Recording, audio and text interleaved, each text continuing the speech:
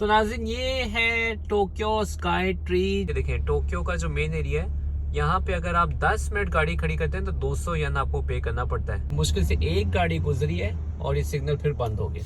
अस्सलाम वालेकुम नाज़रीन, मैं हूँ उमर। नाज़रीन इस वक्त मैं हूँ टोक्यो में। टोक्यो ट्रैवल करने के लिए आया था। ये मेरा दूसरा दिन है, 3 दिन का मेरा प्लान है। तीसरे दिन इंशाल्लाह मैं कल जाऊंगा डिज्नीलैंड। जो गुजरा कल है उसमें मैं गया था सफारी पार्क जो माउंट फूजी के पास था, उसकी वीडियो मैं अपलोड कर चुका हूँ। इधर उधर से होता हुआ ट्रैवल करता हूँ टोक्यो के टोक्यो बे, जहाँ पे डिज्नीलैंड के पास एक होटल है, वहाँ पे आज मैंने स्टे किया था रात को। अब प्लान ये है कि आज मैं स्काई ट्री पे, स्काई ट्री तक मैं अपनी गाड़ी खड़ी करना तो चाहता हूँ, लेकिन इतना रश लगा होता है टोक्यो में। जब भी टोक्यो में आए, टोक्यो में हर वक्त रश लगा होता है। अब पार्किंग में जस्ट मैं खड़ी करनी है और मुझे तकरीबन आधा घंटा हो गया मैं मुसलसल लाइन में खड़ा हूँ और अभी भी मेरे से आगे तकरीबन 100 गाड़ियाँ हैं, क्योंकि मैंने यूं जाना है, यूं जाके फिर स्काई ट्री के अंदर जाना है। आप ये कैलकुलेट करके आना जब भी अगर आप टोक्यो में आए।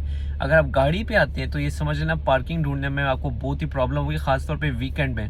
तो मैं आपको ये नज़ारा दिखाता हूँ टोक्यो का। देखें इस वक्त मैं हूँ स्काई ट्री के बिल्कुल करीब और ये है टोक्यो का नज़ारा। मेरे सामने ये प्रीस जा रही है, इसने भी लेफ्ट होना है, मैंने भी लेफ्ट होना है। हालांकि मेरा सिग्नल खुला हुआ है, वो साइन बता रहा है कि सिग्नल आप लेफ्ट हो सकते हैं, लेकिन वहाँ पे इतना रश है, यहाँ पे इतना रश है कि कब से सिग्नल खुला हुआ है एक भी गाड़ी नहीं गुजरी। ये मुश्किल से एक गाड़ी गुजरी है और ये सिग्नल फिर बंद हो गया। तो यही हाल चाह रहा है मुसलसल यहाँ से लेफ्ट होके फिर आगे से दोबारा लेफ्ट होके मैंने स्काई ट्री की तरफ जाना है। लेकिन इतना रश लगा होता है टोक्यो में हर वक्त कि अगर आप गाड़ी पे आ जाए ना टोक्यो में तो आपको बड़ा मुश्किल है। इसलिए ज़्यादातर लोग जो आते हैं ट्रैवल करते हैं वो ज़्यादातर बस वगैरह में, ट्रेन वगैरह को इस्तेमाल करते हैं यहाँ पे, और वो ही मेरे ख्याल से बेस्ट रहता है, क्योंकि पार्किंग का बहुत बड़ा मसला है मेन एरिया में, ख़ासतौर पे बहुत बड़ा मसला है। ये देखें बच्चे को लेके जा रहे हैं। इसके बाद इंशाल्लाह मैं आपको अगली वीडियो में स्काई ट्री के नीचे जो जगह है वो मैं आपको पूरी दिखाऊंगा। फिलहाल आप देखें आज हल्की हल्की बारिश हो रही है। ये है आम टोक्यो, मिलता जुलता है नागोया से सेम है, लेकिन यहाँ पे टोक्यो में आपको साइन बहुत ज़्यादा नज़र आएंगे। इस तरह के जो बोर्ड बने होते हैं ये बहुत ज़्यादा होते हैं और गाड़ियाँ आपको बहुत ज़्यादा नज़र आएंगी, लोग ज़्यादा नज़र आएंगे। इतना सा फ़र्क है और जगह तंग है, छोटी छोटी जगहें। शॉपिंग स्टोर वगैरह वो बहुत छोटे छोटे होते हैं। होटल आपको छोटे छोटे मिलेंगे। यही आपको होटल अगर आप कमरा लेते हैं नागोया में तो आपको बहुत बड़ा मिलता है, 2 गुना बड़ा मिल सकता है, लेकिन टोक्यो में आपको बहुत छोटा। देखें आपने देखा है आपके सामने लाइट ग्रीन थी, एक भी गाड़ी नहीं गुजरी और फिर रेड हो गई लाइट।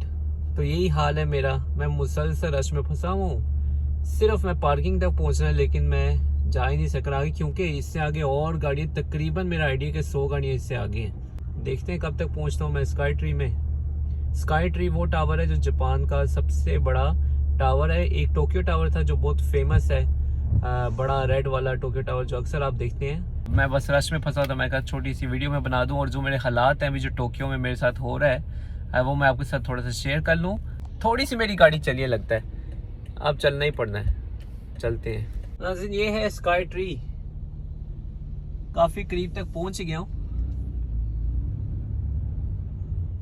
तो इस एरिया के आप पार्किंग के रेट भी देख सकते हैं। ये देखें टोक्यो का जो मेन एरिया है, यहाँ पे अगर आप 10 मिनट गाड़ी खड़ी करते हैं तो 200 येन आपको पे करना पड़ता है, क्योंकि यहाँ का लैंड बहुत एक्सपेंसिव होता है। और अगर पूरा दिन 24 घंटे गाड़ी खड़ी करते हैं तो 1800 येन आपने पे करना है। और ये भी पार्किंग फुल हुई है।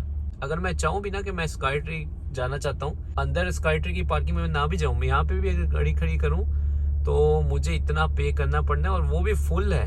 तो मेरे पास तो पार्किंग की जगह ही नहीं कि मैं पार्किंग खड़ी किधर करूँ। ये बहुत बड़ी प्रॉब्लम है टोक्यो में। तो इसलिए मैं कहता हूँ अगर आप टोक्यो की तरफ आए ट्रैवल वगैरह करने के लिए तो ट्रेन पे ही आए, वो सबसे बेस्ट है। अगर आप गाड़ी पे आते हैं तो आपको पार्किंग वगैरह का बहुत मसला होगा। लास्ट टाइम जब मैं आया था तो मैंने अपनी गाड़ी होटल में खड़ी कर दी थी और मैं ट्रेन के ऊपर ही ट्रैवल किया था। तो वही बेस्ट वे है कि अगर आप टोक्यो में आते हैं तो आराम से अपनी गाड़ी किसी पार्किंग में खड़ी करें, होटल की पार्किंग में खड़ी करें और आराम से आप ट्रेन के ऊपर ट्रैवल करें। ट्रेन सबवे टोक्यो में हर तरफ है।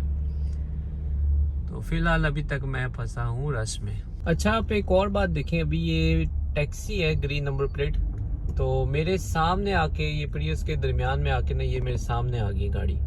तो टोक्यो में जो ड्राइविंग भी होती है ना वो भी बहुत ही गंदी होती है। जिस तरह अब मैं लेफ़्ट हो रहा था तो ये राइट ट्रैक से जो सिर्फ स्ट्रेट जा सकता है एकदम से मेरे सामने आई है और इसने बस गाड़ी घुसा दी है। तो नागोया वगैरह में इस तरह बहुत कम होता है, लेकिन ख़ास तौर पे ये बात आप याद रखना, जो टोक्यो में टैक्सी ड्राइवर होते हैं ये बहुत ही ख़तरनाक ड्राइविंग करते हैं। तो नाज़रीन, ये है टोक्यो स्काई ट्री, सबसे बड़ा टावर है और यहाँ पे इसके नीचे काफ़ी कुछ इन्होंने बनाया है, शॉपिंग मॉल वगैरह, एक्वेरियम वगैरह, काफ़ी कुछ इन्होंने नीचे बनाया है। तो उसके लिए आज मैं आया हूँ, लेकिन बड़ी मुश्किल से मैं यहाँ तक पहुँचा। अभी भी कह रहे हैं पार्किंग फुल है, तो कुछ गाड़ियाँ निकलेंगी तो अंदर हमारी गाड़ी जाएगी और 1 घंटा तकरीबन मुझे हो गया इसके अंदर एंटर होने के लिए।